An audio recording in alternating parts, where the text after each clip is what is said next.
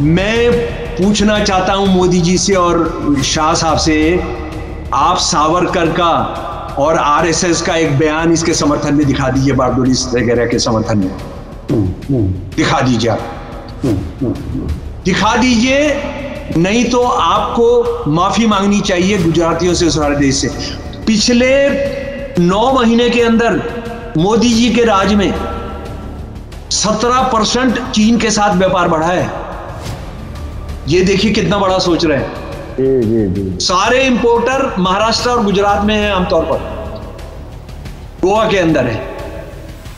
और जब से मोदी जी आए लगभग 300% हमारा व्यापार बढ़ा है। तो मोदी जी ये भी आप कितना बड़ा सोच रहे हैं। मुसलमानों को इसी तरह से आपने कर करके उन पर ये हमले कराए कि मुसलमान जो भरोसा, मुसलमान खतरनाक होते हैं, मुसलमान देशद्रोही होते हैं। उसका आपने नतीजा देखा है।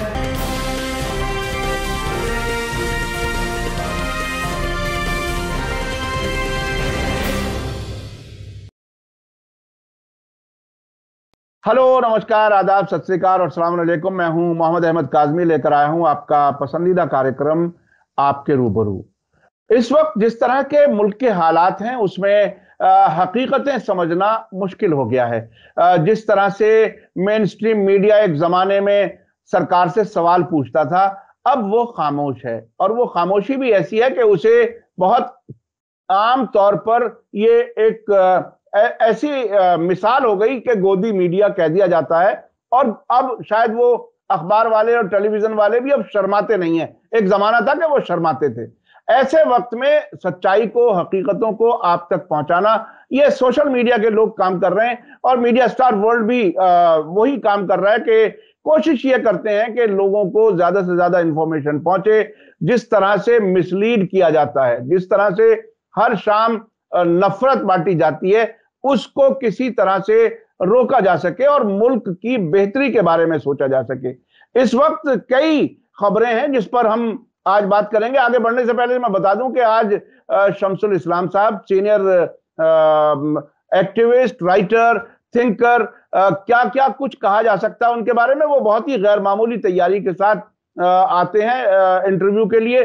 और बहुत से डॉक्यूमेंट्स उनके सामने होते हैं। कोई भी एक भी बात कहीं कोई ऐसी नहीं होती जो बगैर सबूत के आप कहते हो। उनसे बात कर रहे हैं। आज इश्यूज जो हैं वो बहुत ही अहम है। एक तो ये कि सुप्रीम कोर्ट ने सरकार से नाराजगी जताई है इलेक्शन कमिश्नर के अपॉइंटमेंट के मामले में। उन्होंने एक स्टेज ये आई कि कहा कि सरकार फाइल दिखाए, डरे नहीं, और अगर आपने कुछ गड़बड़ घोटाला नहीं किया है तो आपको डरने की जरूरत नहीं है। अब दूसरी स्टेज में जब सरकार ने कुछ डिटेल्स दी तो फिर सरकार से आज ही यह सवाल पूछा गया कि आखिर एक नाम आपके सामने आया और एक ही दिन में वो पूरा प्रोसेस मुकम्मल हो गया, आखिर क्या जल्दी थी। तो ये बहुत ही अहम इशू है। इलेक्शन कमीशन का मतलब यह है कि देश की डेमोक्रेसी को कंट्रोल करने वाले लोग, यानी मुल्क में डेमोक्रेसी कैसी रहेगी या नहीं रहेगी, उसको कंट्रोल करने वाला इंस्टीट्यूशन होता है जो इलेक्शन कराता है। वहां के अपॉइंटमेंट पे सुप्रीम कोर्ट नाराज है। इसके अलावा गुजरात इलेक्शन में एक मोड़ आया है, वो ये कि अब से पहले राहुल गांधी को निशाना बनाया जा रहा था बीजेपी की तरफ से। कुछ और दूसरी चीजें थी, मेघा पाटकर के बारे में कुछ कहा जा रहा था, बहुत ही घटिया जबान इस्तेमाल की जा रही थी। लेकिन अब अचानक ऐसा लग रहा है कि इलेक्शन पोलिंग डेट जैसे जैसे नजदीक आ रही है, अब फिर से फोकस मुसलमानों की तरफ है।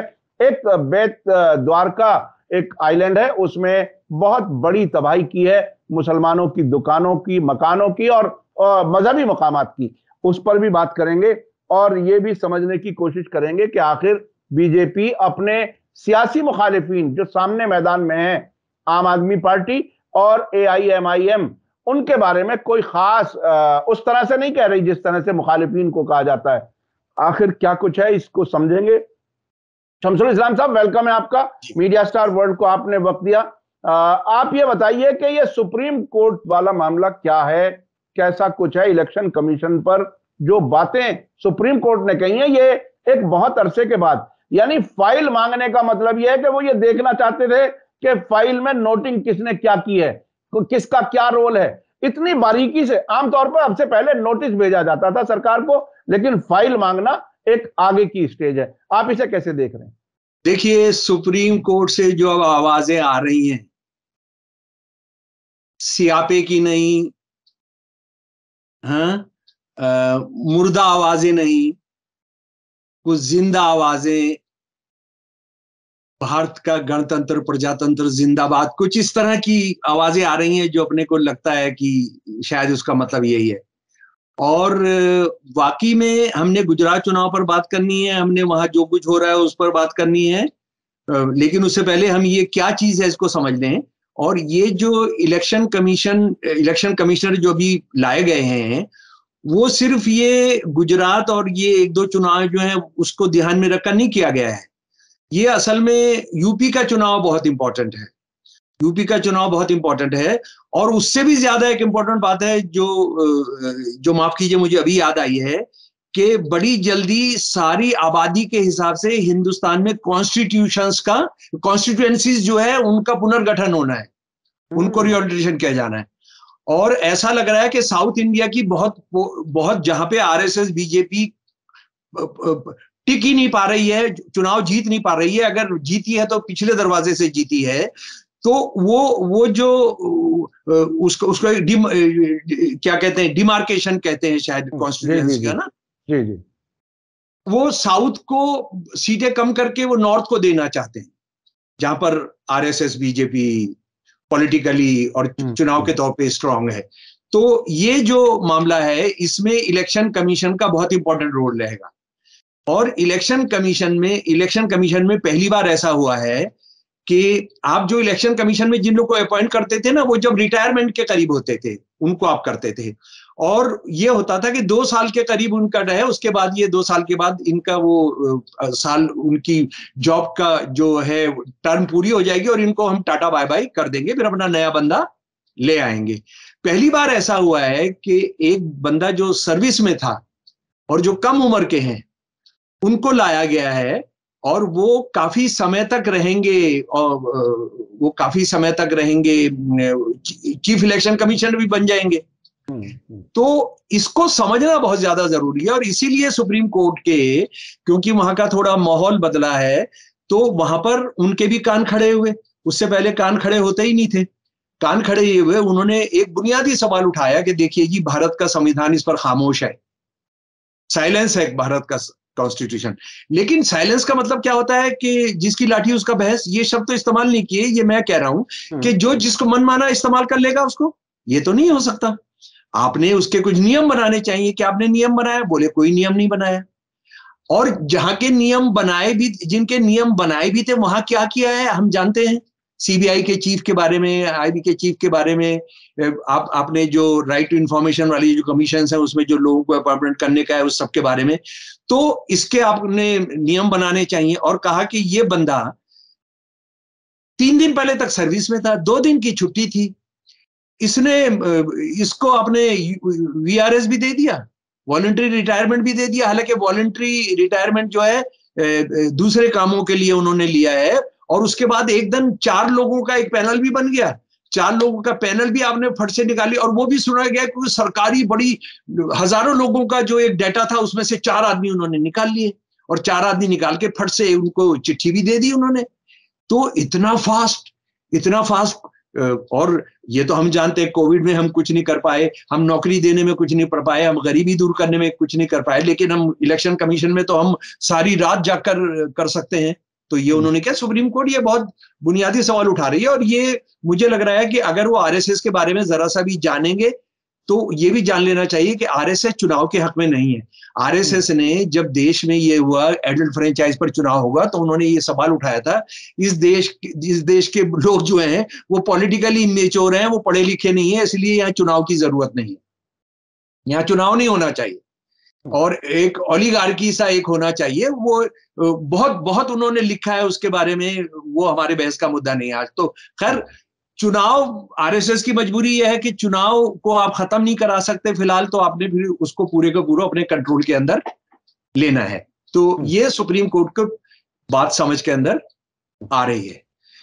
दूसरी बात, अगर आप गुजरात के चुनाव पर आएंगे, तो गुजरात के चुनाव में एक ऐसा हो रहा था कि आरएसएस और बीजेपी का जो चुनाव कैंपेन था, जो आप देखेंगे शुरू में, आप हिमाचल में भी देखेंगे एक आध चीज को छोड़ के कि हम यूनिफॉर्म सिविल कोड लाएंगे, ये वो सब लाएंगे, वो सब लाएंगे, उसको करने के बाद यहाँ मुसलमान अंडर अटैक नहीं थे, माइनॉरिटी कम्युनिटी अंडर अटैक नहीं थी। माइनॉरिटी कम्युनिटी अंडर अटैक नहीं थी क्योंकि उनको लग रहा था कि दो बातें थी कि एक तो हिंदू उनके साथ है, बिल्कुल हिंदू पूरा मोदी साहब का भक्त है, और दूसरा वो ये सोच रहे थे कि उन्होंने ट्राइबल एक प्रेसिडेंट बना दिए हैं तो वो ट्राइबल का वोट वहां पर 20% के करीब है। और आपको अगर याद है, मेरे दोस्तों को याद है, तो पिछली बार के गुजरात के चुनाव में तेलियों का बहुत वोट था, तो एक तेली प्रेसिडेंट बना दिए गए थे। गुजरात के चुनाव से पहले ही वो प्रेसिडेंट बनाए गए थे और उसको ये बताया गया था कि देखिए वहां तेलियों का वोट है और हमने एक ऐसी से हमने एक तेली बना दिया है, तो अभी उन्होंने वो बना दिया है। तो पूरी तैयारी थी, उनको लग रहा था, लेकिन उनको पीछे फीडबैक आ रहा है ग्राउंड लेवल से कि वो ऐसा नहीं है, ऐसा नहीं हो रहा है। और आप इस बीच में एक देखेंगे जो आपने फरमाया था कि आप अंडर अटैक नहीं है, ओवैसी साहब की पार्टी अंडर अटैक नहीं है। और इसको आपके जो सुनने वाले उनको ये भी समझ लेना चाहिए कि आरएसएस ने पॉपुलर फ्रंट ऑफ इंडिया को बैन किया, उसकी सारी ऑर्गेनाइजेशंस को बैन किया, उसकी पॉलिटिकल पार्टी को बैन नहीं किया, क्योंकि वो वोट कटवाने के काम में आएगी। अरे भाई, पॉलिटिकल ऑर्गेनाइजेशन, एक टेररिस्ट ऑर्गेनाइजेशन की पॉलिटिकल ऑर्गेनाइजेशन को आप बैन नहीं कर रहे हो, इसका मतलब है उनका सारा जो टेररिस्ट कैडर है, उनके हिसाब से जो टेररिस्ट कैडर है वो तो पॉलिटिकल ऑर्गेनाइजेशन में आ जाएगा। तो आरएसएस क्या क्या कर सकती है, क्या क्या कर सकती है, वो आप इसको समझ लीजिए। तो अटैक अभी क्या हो रहा है, शिफ्ट हो गया है वो मुसलमानों पर, और मुसलमानों की एक अच्छी खासी तादाद द्वारिका में बराबर में एक बेट टापू है, एक बेट आइलैंड है, जजीरा है, जिसमें मुसलमानों की अच्छी खासी तादाद है, और वो इतिहास हिस्टोरिकली रहते हैं। यानी जब द्वारिका मंदिर और वो हिंदू धर्म का बड़ा केंद्र है और आरएसएस और उनका भी अड्डा बन गया उनकी पॉलिटिक्स करने का, तब भी वो मुसलमान वहां रहे और बहुत ज्यादा मछुआरे होंगे उनके अंदर। तो वहां क्या किया है कि वहां अचानक बहुत बड़ी तादाद में बुलडोजर आ गए, जेवीसी उनको कहते हैं, बहुत बड़ी तादाद में मलबा ढोने वाले ट्रक आ गए, और सैकड़ों मुसलमान घर, ये इंडियन एक्सप्रेस की रिपोर्ट आज की मैं आपको बता रहा हूं, सैकड़ों मुसलमान घर, सैकड़ों मुसलमान दुकानें, उनके बिजनेस के अड्डे, उनके कारखाने, और बेइंतहा मुसलमान मजार और उनकी जो जगह हैं उनको तोड़ दिया गया। और उसके बाद शाह ने ये कहा, be it a मजार और गिरेव should not encroachments be removed। यानी एकदम अमित शाह भी कूद पड़े, और कल जो है हमारे यूपी के जो मुख्यमंत्री गए थे वो भी कूद पड़े उसमें, और उन्होंने कहा कि देखिए हम किसी को नहीं छोड़ेंगे, और ये जो तुष्टीकरण है, ये जो अपीजमेंट है मुसलमानों का, उन्होंने नाम नहीं लिया, हम अपीजमेंट किसी को करेंगे नहीं, कांग्रेस इनका अपीजमेंट करती है, हम एनकरेजमेंट को, ये फेक मजार है। भाई आपने दे दिया, फेक मजार हैं, आपने कोई कमेटी बिठाई, आपने कोई आर्कियोलॉजिकल सर्वे को दिया, आपने कोई इंक्वायरी कमेटी, आपने कोई एक्सपर्ट्स बिठाए, आपने कोई पुराने कागज म्युनिसिपल कमेटी के या जो भी हिस्टोरिकल अंग्रेजों के जमाने कागज जमा किया, आपने कह दिया फेक है, और उसके बाद आपने बुलडोजर चला के उन सबको कर दिया, कहीं खबर नहीं आई है एक दो अखबारों को छोड़कर। और वो वहां जो बुलडोजर चलाए गए, वहां जो ट्रक लाए गए, वो हमारे यूपी के चीफ मिनिस्टर साहब ने कल जो सभाएं की है उसमें वो साथ साथ चले उनके, और कहा देखो ये हमने मुसलमानों को उनकी औकात बताई है, ये हमने मुसलमानों की औकात बताई है। अब मैं आता हूं बुनियादी बात पर, क्योंकि ये सब करने के बाद भी यानी मुसलमानों का करना वो कोई इशू नहीं है, वो किसी कंपटीशन में नहीं है, और गुजरात में तो पॉलिटिकली वो कहीं कंपटीशन में है ही नहीं, सारे देश में कहीं कंपटीशन में नहीं है वो। तो वो तो मुद्दा जब वो खड़ा करेंगे जब उनको लगेगा हिंदू उनके चक्कर में नहीं आ रहे हैं, खासतौर पर ऊंची जाति के हिंदू उनके चक्कर में नहीं आ रहे हैं, तो वो इसको करेंगे। लेकिन उससे ज्यादा जो शर्मनाक बातें हो रही हैं वो मैं के साथ शेयर करना चाहता हूं, अपने दोस्तों के साथ शेयर करना चाहता हूं कि मोदी जी बहुत बात करते हैं कि हम बहुत बड़ा और बहुत ऊंचा सोचते हैं, और ये उन्होंने, वो हमेशा चुनाव मोड में रहते हैं। ये उन्होंने इंडोनेशिया में कहा, बाली में, जब वो एक इंटरनेशनल कॉन्फ्रेंस में गए थे, और उन्होंने कहा, वहां मिसाल दी कि हम ऊंचा सोचते हैं और बहुत बड़ा महान सोचते हैं। उन्होंने कहा कि देखिए, हमने सबसे बड़ी मूर्ति बनाई है दुनिया की, हमने सबसे बड़ा स्टेडियम बनाया है दुनिया का। और कहां बनाए हैं? कोई उन्होंने नहीं बताया कि हमने ये सिर्फ गुजरात में बनाए हैं। लेकिन मोदी साहब का गुजरात के प्रति जो मोह है, उसमें कोई प्रॉब्लम नहीं है, लेकिन वो बहुत सारी बार क्या हमेशा भूल जाते हैं कि वो इस देश के प्रधानमंत्री हैं, जिसमें 24-25 राज्य हैं, जिसमें 8-10 यूनियन टेरिटरीज हैं।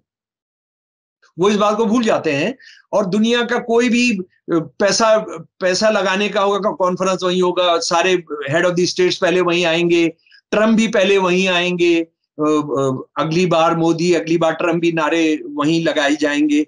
और उसके बाद आप जो है सारे कारखाने भी, महाराष्ट्र जहां पर आपकी अपनी सरकार है, मिली जुली सरकार, वहां से भी आप वहां ले आएंगे। तो खैर चलिए, उसमें ये तो एक देश की बदकिस्मती है कि एक प्रधानमंत्री जो है एक राज्य का प्रधानमंत्री बन जा रहा है। चलिए वो छोड़िए, लेकिन मोदी जी जो हैं, जो बता रहे हैं कि बहुत ऊंचा सोचते हैं, बहुत ग्रैंड सोचते हैं, लेकिन वो घटियापन में भी बदकिस्मती से, भाई हमें मूर्ति पर कोई एतराज नहीं है, मूर्ति हमने बनाई, मूर्ति तो चीन वालों ने बनाई, आपने उनको सारा पैसा किया, उसकी कास्टिंग उन्होंने की, उसका इंस्टॉलेशन उन्होंने किया, सब कुछ उन्होंने किया, लेकिन चलिए वो हमने बनाई। उसके बाद आपने स्टेडियम बनाया।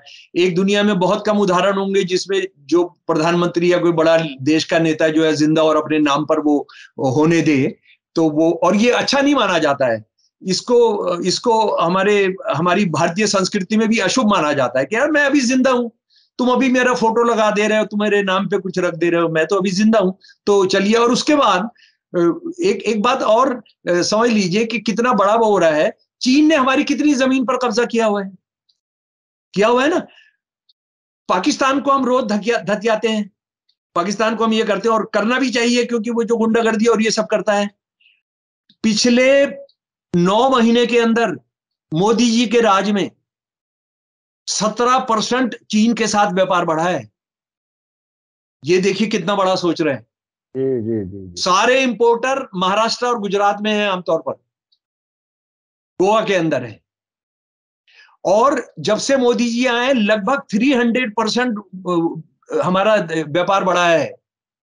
तो मोदी जी, ये भी आप कितना बड़ा सोच रहे हैं जी। और मोदी जी एक और कितना बड़ा सोच रहे हैं, पिछले 5 साल के अंदर 10,20,000 करोड़ रुपया बैंकों ने माफ किया है।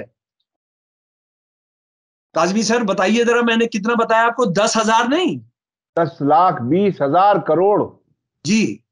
10,20,000 करोड़ रुपए माफ किया है, जो लास्ट 10 इयर्स में, जिसमें मोदी जी के 8 साल शामिल हैं, 13,22,309 करोड़ रुपए माफ किए गए। और पिछले 5 साल में जो रिकवरी हुई है, सिर्फ 1,32,036 करोड़ की, उनकी जमीनें बेच के। अगर कुछ का आपने वो भी कर लिया। अब जरा सोचिए, मैं 2,000 रुपए लोन लेता हूं बैंक से, और मैं उसकी किस्तें नहीं दे पाता, माफ कीजिए, कुर्की हो जाएगी, मेरा नाम का नोटिस लग जाएगा। और यहां ये हो रहा है, मोदी साहब जो पूरा ट्रांसपेरेंट करना चाहते हैं, उनके नाम नहीं बताए जा रहे हैं। बैंक कह रहे हैं कि हम नाम नहीं बताएंगे, ये हमारा जो एग्रीमेंट है हमारे क्लाइंट के साथ। अरे चोरों के साथ तुम्हारा एग्रीमेंट है, मेरे साथ एग्रीमेंट नहीं है। जब मैं 5,000 रुपए लेता हूं और मेरा नाम तुम बाहर कर देते हो, नोटिस करते हो, मेरा घर से सामान उठाकर ले जाते हो, मेरी इज्जत नहीं होती है। और उसमें एक और बहुत दिलचस्प पहलू है, मैं देख रहा था अखबारों में इसके बारे में। ये जो माफ किया गया कर्जा, इतनी बड़ी रकम, उसको किस तरह से पेश किया जा रहा है मीडिया में, ये भी थोड़े से देखने की बात है। उसमें यह कहा गया कि इतना पैसा माफ किया, इस तरह से बैंक को ये रिलीफ मिला कि एनपीए कम हो गया। जी हाँ, ये देखिए कितना, मतलब लच्छेदार जबान में जनाब। लेकिन आप इकोनॉमिक्स के तौर पे समझ लें, ये ना बांस रहेगा ना बजेगी बाजी। आपने क्या किया, ये माफ करके अपना एनपीए भी कह दिया। जी हमारा तो एनपीए है ही नहीं अब। हाँ, मैं वही कह रहा हूँ, मैं वही कह रहा हूँ कि हाँ। एनपीए कम हो गया, ये बैंक के लिए आसानी हुई, रिलीफ मिला बैंक को। इस तरह से खबरें दी जा रही हैं। इस पे बिल्कुल मुझे वो मिसाल याद आती है जब ब्रिटिश या यूरोपियन कोई फुटबॉल की टीम हारती है, तो वहां के अखबारों में ये नहीं बताया जाता कि हमारी टीम हार गई, बल्कि हारी हुई टीम में जो सबसे अच्छा खिलाड़ी खेलता है उसको लीड बना करके पब्लिक को खुश रखने की कोशिश की जाती है। तकरीबन बिल्कुल ऐसा ही यहां ये कहा जा रहा है कि बैंकों के एनपीए कम हो गए इतना पैसा माफ करने के बाद। और इसका दूसरा उदाहरण बिल्कुल एक गांव से अगर आप लेंगे तो मेरे 5 बच्चे हैं और गरीबी का शिकार हैं। अब मैं गरीबी की शिकार से मुक्ति 2 तरह से हासिल कर सकता हूं कि उनके लिए जॉब तलाश करूं या कुछ, एक ये उन 5 को मैं मार दूं। 5 को मार के मेरी तो गरीबी से मुक्ति हो गई, मेरे परिवार में तो मैं अकेला गरीब बचा हूं। बाकी तो मैंने, यानी आप जो है बांस को खत्म कर दो तो बांसुरी तो रहेगी नहीं। यानी आप देखिए कितनी चालाकी के साथ हो रहा है। अच्छा, अब लेकिन अभी गुजरात के चुनाव में इसी तरह से एक चीज और मैं जरा बीच में जरा याद दिला दूं जी। सरकार अपने रेवेन्यू ज्यादा दिखाने के शौक में या दिखाने के मकसद से जी कितनी प्रॉपर्टियां बेच दी ये ना बता करके ये बताती है कि इतनी आमदनी हो गई, जिसमें एयर इंडिया के बेचने की सिर्फ उतनी कीमत जितनी बंबई में उसकी एक इमारत की कीमत भी ज्यादा है। दुनिया भर में हवाई जहाज उड़ते हुए आपने देखा। मोनेटाइजेशन उसका नाम रखा है। जब आप घर की संपत्ति बेच रहे हैं उसको कह रहे हैं हम पैसा बना रहे हैं। जी जी जी जी, बिल्कुल ऐसा जैसे घर के बर्तन बेच करके खाना खिला रहे हैं। अपने देश की औरतों का धंधा करा के बोलेंगे कि हम मोनेटाइजेशन कर रहे हैं, हम सेक्स बिजनेस नहीं कर रहे हैं। हम क्या कर रहे हैं, हम तो मोनेटाइज, अपनी घर की लड़कियों को मोनेटाइज। और मैं आपको बताना चाहता हूं, लंदन में एक यूनिवर्सिटी ने प्रोस्टिट्यूशन के कोर्स शुरू किए हैं। बताइए। प्रोस्टिट्यूशन के कोर्स शुरू किए हैं कि आप उसको प्रोफेशनली करके कैसे किया जाए। तो अब दूसरी जो घटिया बातें हो रही है, जो यानी बहुत महान हमारे महान नेताजी जो कर रहे हैं, एक मोदी जी ने वहां पर क्या किया कि कांग्रेस को गाली बकते हुए, राहुल गांधी को बहुत धतियाते और लतियाते हुए उन्होंने कहा कि वो मेधा पाटकर के कंधे पर हाथ रखकर जा रहे हैं। और मेधा पाटकर वो है, मेधा पाटेकर कौन है? जो नर्मदा की प्रोटेस्टर है, जो गुजरात को प्यासा रखना चाहती थी और इनको सबक सिखाना है। अब जनाब मेरे प्यारे दोस्तों, मीडिया स्टार वर्ल्ड के दोस्तों, मैं आपको बताना चाहता हूं कि ये मेधा पाटकर कौन है। मेधा पाटेकर वो हैं जिन्होंने अपनी सारी जिंदगी ट्राइबल महाराष्ट्र के, कर्नाटका के, गुजरात के और मध्य प्रदेश के ट्राइबल्स के अंदर लगा दी है। मैं उनकी बहुत लड़ाइयों में शामिल रहा, नुक्कड़ नाटक टीम के साथ भी। और वो डैम विरोधी नहीं है, हम भी डैम विरोधी नहीं है। हम ये कह रहे हैं कि आप एक बहुत बहुत बहुत महान जब बनाते हैं, डैम बनाते हैं, तो उसमें आपको हजारों किलोमीटर जमीन एक्वायर करनी पड़ती है, आपको बहुत सीमेंट लगानी पड़ती है, आपको हाई टेक्नोलॉजी यूज करनी पड़ती है, आपको बहुत भारी लोन लेने पड़ते हैं। आप उसकी जगह 5 डैम बनाइए। 5 डैम जो आप बनाएंगे वो कोई इंजीनियरिंग मार्वेल नहीं होंगे। आपको बाली में जाकर ये बताने का, दावा करने का नहीं मिलेगा कि हम सबसे ऊंचा हमने डैम बना दिया है। आप बिजली उससे कहीं ज्यादा पैदा कर लेंगे उससे कि आपने 5 डैम बनाए। आप नदी का भी सत्यानाश नहीं करेंगे। जैसे टेरी डैम जो है, आज हिंदुत्ववादी भी मानते हैं, हालांकि वो करते कुछ नहीं है, कि गंगा मैया को मार दिया ये टेरी डैम, और उसके बाद जो है उन्होंने गंगा मैया की हत्या कर दी। ठीक है ना। तो डैम क्या, नर्मदा जो भारतीय सभ्यता, जो भारत के अंदर जो सबसे पहले आबादियां हैं वो नर्मदा के किनारे की आबादी हैं। और उस डैम को बनाने के लिए हजारों प्राचीन मंदिरों को नष्ट किया गया, उनको डूबने दिया गया। वहां से दिखावे के लिए कुछ मंदिरों को आपने रीएलोकेट करना उसको कहते हैं, वो किया गया। कितनी बड़ी तादाद में, लाखों की बड़ी तादाद में पेड़ों की किस्में आपने वहां पर उसका सत्यानाश कर दिया है। मेधा क्या कहती हैं, ये पैसे वालों का खेल मत खेलो, ये हाई टेक खेल मत खेलो, और मुख्य मुद्दा उनका क्या है कि इससे तमाम बड़ी तादाद में ट्राइबल्स उनको आप हटाते हैं और वो बाद में रिक्शा चलाने की स्थिति में आ जाते हैं, क्योंकि उनको तो जमीन पर ही रहते हैं। उसको पूछते हैं, वो अपने उसके पेड़ों से कुछ उठाते हैं और जिंदा रखते हैं, हजारों साल से वो उसमें जिंदा रह रहे हैं। आपने उनको कह रहे हैं दुश्मन है तुम गुजरात की, और आप कितना मेधा पाटकर के लिए कितना बड़ा आप फिजिकल खतरा पैदा कर रहे हैं। प्रधानमंत्री, आप प्रधानमंत्री हो इस देश के। मेधा पाटकर इस देश की नागरिक है। मेधा पाटकर को कल गुजरात की अस्मिता को लेके कल कोई उनको जान से मारेगा या नुकसान पहुंचाएगा या उन पर तेजाब फेंकेगा, ऐसा ना हो कभी। लेकिन ये तो आप उसका माहौल पैदा कर दे रहे हैं। मुसलमानों को इसी तरह से आपने कर करके उन पर ये हमले कराए कि मुसलमान जो भरोसेवाले, मुसलमान खतरनाक होते हैं, मुसलमान देशद्रोही होते हैं। उसका आपने नतीजा देखा है। अच्छा, उसके बाद फिर आप एक काम और क्या कर रहे हैं, राहुल गांधी के बारे में आप जो कुछ बोल रहे हैं। अब एक चीफ मिनिस्टर आता है असम से, कहता है तुम्हारा सद्दाम हुसैन जैसी शक्ल बना रखी है। अरे सद्दाम हुसैन की शक्ल और किसकी शक्ल से क्या है, उससे क्या लेना देना है? ये जो महाराष्ट्र का गवर्नर है, महाराष्ट्र का गवर्नर आरएसएस की टोपी पहने रहता है। वो उसने आरएसएस की टोपी उतारी नहीं है, वो ये कहता है मेरा ये आरएसएस के साथ जुड़ा हुआ है। वो क्या क्या हरकतें करता है वहां पर। तो आपकी टोपी आपने क्या पहनी है, क्या नहीं पहना है, उससे क्या लेना देना। और ये दाढ़ी क्या सिर्फ सावरकर की नहीं थी? दाढ़ी सावरकर की, मोदी जी की दाढ़ी नहीं है। तो आप सद्दाम हुसैन कौन था ये जान तो लीजिए। सद्दाम हुसैन भारत के साथ हमेशा खड़ा रहा जब अमेरिका के साथ लड़ाई होती थी। सद्दाम हुसैन वो आदमी है जिसने, आपको सद्दाम हुसैन से बहुत शिकायत हो सकती है, मुझे भी बहुत सारी शिकायतें हैं, लेकिन सद्दाम हुसैन ने रुपए के अंदर भारत को तेल दिया है। जब तेल का अमेरिका की तरफ से जब पाबंदी लगाई जाती थी, इंग्लैंड की तरफ से और इन सब की तरफ से, रुपए के अंदर। और वो मारा भी इसीलिए गया क्योंकि उसने कहा कि मैं डॉलर के अंदर ट्रेड नहीं करूंगा, मैं उनका जो अपना पैसा था उसकी जो करेंसी थी उसके अंदर मैं करूंगा। तो आपको ये समझने का। अच्छा, उसके बाद एक और बात जो है जो बहुत जरूरी है काजमी साहब, हमने बात करनी चाहिए। जी। ये चुनाव लड़ रहे हैं सरदार पटेल के नाम पर।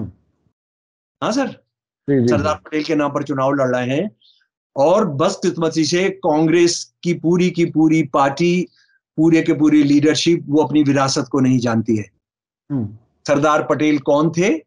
सरदार पटेल की मूर्ति कोई मत समझिए। सरदार पटेल वो आदमी है, सरदार बनता है सन 1928 में बारदोली सत्याग्रह में। गांधी जी सरदार पटेल को वहां भेजते हैं। वहां क्या हो रहा था, किसानों पर लगान बढ़ाया जा रहा था। ये जो रजवाड़े थे ना, जो हिंदू मुसलमान रजवाड़े थे, ज्यादा तो हिंदू रजवाड़े थे उनकी तरफ से, और अंग्रेज सरकार के अधीन वो जमीनें थी तो वो बढ़ाया जा रहा था और वो लगान दे नहीं पा रहे थे, तो वो उनकी जमीनें हड़प कुर्क कर ली जा रही थी। और उन जमीनों, ये बाकायदा प्लान था अंग्रेजों का, और बंबई के सेठ आकर उनको खरीद ले रहे थे औने पौने दामों पर। तो किसानों ने कहा हम जान दे देंगे लेकिन हम ना ये ऊंचा लगान तय करेंगे। लगान फिल्म हमने देखी है, वो गुजरात के अंदर कितना बड़ा इशू था। सरदार पटेल उस लड़ाई के अंदर शामिल थे और सरदार पटेल ने उस लड़ाई में रहते हुए जो काम किए उससे सरदार उनको मिला। और मैं आपको बताना चाहता हूं कि बारदोली सत्याग्रह के उनके साथ पहली पंक्ति में खड़े जो लीडर थे बारदोली सत्याग्रह के, वो नाम मैं आपको बताना चाहता हूं। वो नाम थे इमाम साहेब अब्दुल कादिर, उत्तम चंद दीपचंद शाह, मोहनलाल कामेश्वर पांड्या, भक्तिबाई देसाई, दरबार गोपाल दास देसाई, मिथु बहन पैतीत, जुगतार बाई दवे, सूरज बहन मेहता, उमर सोभानी एंड फूलचंद कवि। ये उसके डिक्टेटर्स थे उस आंदोलन के। मैं पूछना चाहता हूं मोदी जी से और शाह साहब से, आप सावरकर का और आरएसएस का एक बयान इसके समर्थन में दिखा दीजिए, बारदोली वगैरह के समर्थन में दिखा दीजिए आप, दिखा दीजिए, नहीं तो आपको माफी मांगनी चाहिए गुजरातियों से, सारे देश से। बदकिस्मती से कांग्रेस वाले इस लड़ाई को, सरदार पटेल जो कांग्रेस के तौर पर मरे और वो कैसे मरे उस पर हमने चर्चा करनी चाहिए। कांग्रेस ने उसको चप्पे चप्पे पर उठाना चाहिए। एक वो झूठ क्या बोल रहा है कि अमित शाह बोल रहा है, उससे पहले मोदी बोल चुके हैं, लेकिन उन्होंने कहा कि नहीं मैं ऐसा नहीं कहा था। और एक और बंदा इनका जो है, जो बिहार के लीडर थे, उनका नाम क्या था मैं आपको बताता हूं। अरे भाई साहब, उनका नाम क्या था, जिनको हटाया मोदी जी ने, हटाया, बड़े मंत्री थे बिहार के। उन्होंने ये कहा और अमित शाह जी ने कहा कि नेहरू तो सरदार पटेल की अंत्येष्टि में, उनके आखिरी रसूमात में शामिल भी नहीं हुए थे। मैं आपको क्या बात बताऊंगा, इससे बड़ा कोई झूठ नहीं हो सकता। और वो शामिल थे। एक हफ्ते का सारे देश के अंदर मातम घोषित किया गया था। और मैं आपको इन जाहिलों को और इन नालायकों, क्योंकि ये आरएसएस में रहकर सिर्फ झूठ बोलना ही सीखते हैं, मैं आपको एक बात बताना चाहता हूं, जो उस जमाने के दस्तावेजों से, नेहरू के और सरदार पटेल के दस्तावेजों से, कि नेहरू जी को जब भी सरदार पटेल से कोई मीटिंग करनी होती थी, कैबिनेट को छोड़कर, वो तो प्राइम मिनिस्टर के दफ्तर में होती थी, नेहरू हमेशा सरदार पटेल के घर जाते थे। कभी भी नेहरू जी ने सरदार पटेल को अपने यहां नहीं बुलाया कि आओ तुमसे मैंने बात करनी है। ये इतनी इज्जत देते थे, वो इतनी इज्जत देते थे। दूसरी बात मैं आपको बताता हूं, 30 जनवरी 1948 को गांधी जी की हत्या की हिंदुत्ववादियों ने, जो आरएसएस हिंदू महासभा से जुड़े थे, और दोनों कहते हैं कि वो तो हमारे से नहीं जुड़े थे, जैसे कि इनकी कोई ऑथेंटिकेटेड रिपोर्ट होती, लिस्ट होती है। हाँ। कि ये फला दिन को चला गया, फला दिन को आ गया, तो वो देश को ये बताइए कि जब ग्रैहम स्टेन्स और उनके बच्चों को जलाते हैं तो उन्होंने कहा दारा सिंह हमारा आदमी नहीं था, तो एक देश के सामने रख दो भाई ये रिपोर्ट है हमारी और इसमें तो ये दारा सिंह का नाम नहीं था। तो आप हमेशा जो भी पकड़ा जाता है आप बोलते हैं हमारा बंदा नहीं है। 30 जनवरी को होता है जनाब, और 3 हफ्ते के अंदर या 4 हफ्ते के अंदर उनका दिल का दौरा पड़ जाता है सरदार पटेल को। सरदार पटेल ने ये बोला है कि मेरा जो गम था वो मैं उसका शिकार हो गया। सरदार पटेल ने बोला है। यानी सरदार पटेल की हत्या के जिम्मेदार कौन है? दिल के दौरे के। और सरदार पटेल 2 साल के बाद उनका इंतकाल हो जाता है। उनका इंतकाल हो जाता है। सरदार पटेल इनको अब आरएसएस और बीजेपी सियासी इस्तेमाल के लिए अपने लिए इस्तेमाल कर रही है, और कांग्रेस वाले ये बता नहीं पा रहे हैं कि वो कांग्रेसी बने। और दूसरी बात सुन लीजिए, उनके जो बेटे थे 4 बार राज्यसभा और लोकसभा के मेंबर रहे कांग्रेस के टिकट पर। भाई क्या नाम था, आभा भाई, और जो बेटी थी उनकी वो भी 3-4 बार लोकसभा और राज्यसभा की मेंबर रही। और सरदार पटेल के जितने संस्थान थे, जितनी चीजें थी, उनको दे दिए गए वो कि आप इसको चलाइए, आप इसको चलाइए। वो तो बाद में बहुत बाद में उनका देहांत हुआ। जो बेटे थे उनका देहांत तो काफी पहले हो गया था, लेकिन इनका देहांत बहुत बाद में हुआ। अच्छा, एक और बात जो जानने की है कि सरदार पटेल, नेहरू गए हुए थे अमेरिका और 370 आ गया कॉन्स्टिट्यूएंट असेंबली के सामने। क्या ये आरएसएस वाले जानते हैं कि 370 की जो पायलट किया था जो मंत्री, वो होम मिनिस्टर थे सरदार पटेल ने 370 जिस रूप में पास हुआ वो सरदार पटेल ने पास कराया। और सरदार पटेल ने नेहरू जी के आने के बाद लिखा कि थोड़ी बहुत दिक्कत हुई उसके अंदर, लेकिन इसको हमने ठीक ठाक करा लिया, इसको हमने ठीक ठाक पास करा लिया। तो सरदार पटेल को कांग्रेस को गाली बकने के लिए करोगे, और जो झूठ बोलोगे उसका कोई सर पैर नहीं होगा, थोड़ी बहुत भी शर्म है तुम्हारे पास या नहीं है? ये इस बात को हमने बहुत अच्छे तरह, हाँ, जो मनी बहन थी उनकी बेटी का नाम मनी बहन, और बेटे का नाम था धिया भाई पटेल। मनी बहन बाद में कांग्रेस में आ गई थी, जो मोरारजी देसाई जी ने बनाया था, लेकिन वो कांग्रेस ही रही, वो कभी आरएसएस बीजेपी के अंदर नहीं गई। तो जनाब, बुनियादी सवाल ये है कि ये सरदार पटेल वो आदमी है जिन्होंने ये कहा था कि आरएसएस एक गुप्त ऑर्गेनाइजेशन है, और गुप्त ऑर्गेनाइजेशन क्या क्या कर सकती है उसके बारे में कोई नहीं जान सकता। नेहरू को चिट्ठी लिखी उन्होंने। उन्होंने इसको सावरकर को गांधी जी के कत्ल का जिम्मेदार ठहराया। मुझे लग रहा है हमारे पास समय नहीं है जो जो उसमें बल्कि वो एक रिपोर्ट आई थी जिसमें ये बताया गया था कि सावरकर ने वो पिस्तौल दी थी गांधी जी के कत्ल के लिए। इस हद तक भी एक रिपोर्ट में कहीं कहा गया है। गोलवलकर ने मथुरा के अंदर और यहां बहादुरगढ़ के अंदर भाषण किए हैं कि हम छोड़ेंगे नहीं इनको, हम जान से मार देंगे। जी जी बताइए। वो पुलिस की इंटेलिजेंस की रिपोर्ट है जो रामचंद्र गुहा जी ने रिप्रोड्यूस की है, प्रोफेसर रामचंद्र गुहा जी ने। ये सरदार पटेल के भक्त। लेकिन बदकिस्मती ये है कि सरदार पटेल की हत्या आरएसएस के भाजपा और हिंदू महासभा के ने जो जिससे पुराने या नए जो भी थे जुड़े हुए जो लोग थे, उनकी हत्या की वजह, गांधी जी की हत्या की वजह से उन्होंने कहा कि मैं ये वो गम मेरा जो है ये मुझे कराया है। और उसके बाद वो 2 साल के अंदर वो मर जाते हैं। और सच्ची बात यह है कि वो उसके बाद कभी सरदार पटेल थे ही नहीं। वो अपना जिंदा रहने का उनका जो होता है ना कि मैं जिंदा रहूंगा ख्वाहिश वो छोड़ चुके थे। और ये जाहिल और देश विरोधी आरएसएस वाले जानते हैं कि सरदार पटेल हमेशा जिस रोड पर रहे उस रोड का नाम क्या था? जरा सोचिए काजमी साहब, क्या नाम होगा उस रोड का? जी जी जी क्या महात्मा औरंगजेब। उनकी सारी चिट्ठियां आप उठाकर देख लीजिए, उनकी सारी खत किताबत औरंगजेब। उन्होंने कभी नहीं कहा कि इस औरंगजेब का नाम बदल दो। क्योंकि वो जानते थे कि औरंगजेब का जब ये रास्ता ये हिंदुओं की ऊंची जातियों की वजह से रास्ता, सब मिलके कर रहे थे राज। औरंगजेब के सारे शिवाजी से जो लड़ने जाते थे कमांडर, जयसिंह 1 जयसिंह 2 बहुत ऊंचे दर्जे के ठाकुर थे, राजपूत थे।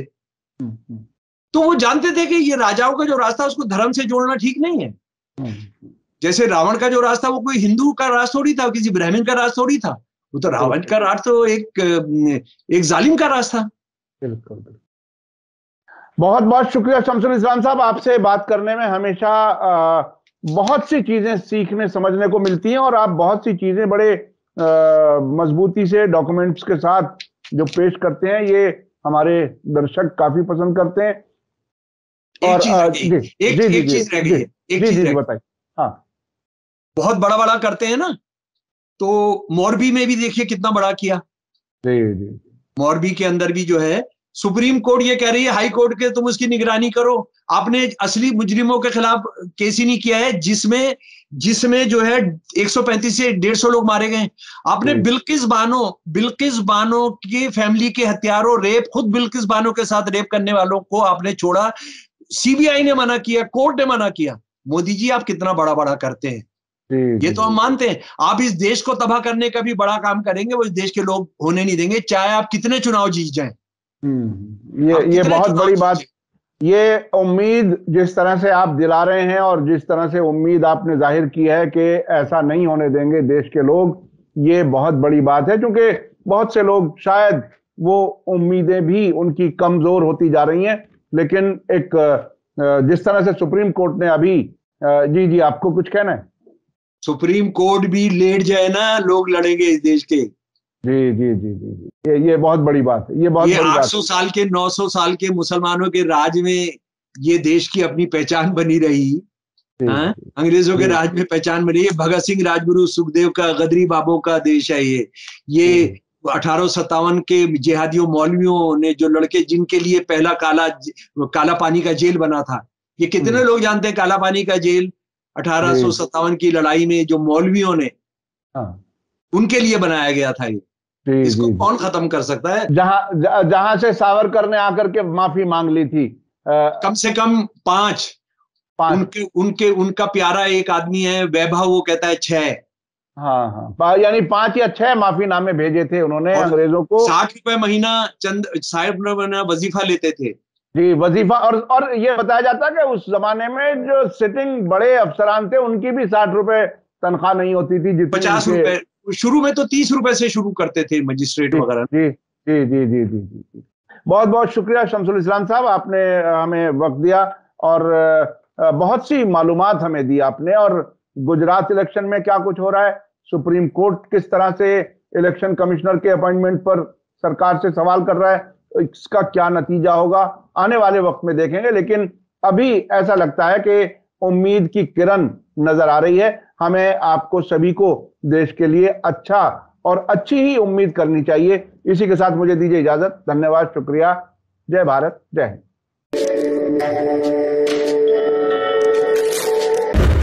मीडिया स्टार वर्ल्ड के और वीडियो देखने के लिए हमारे चैनल को सब्सक्राइब करें और सीधे नोटिफिकेशन पाने के लिए बेल आइकन दबाएं। और अगर हमारी खबर सच्ची और अच्छी लगे तो अपने व्हाट्सएप, इंस्टाग्राम, फेसबुक और ट्विटर अकाउंट पर जरूर शेयर करें।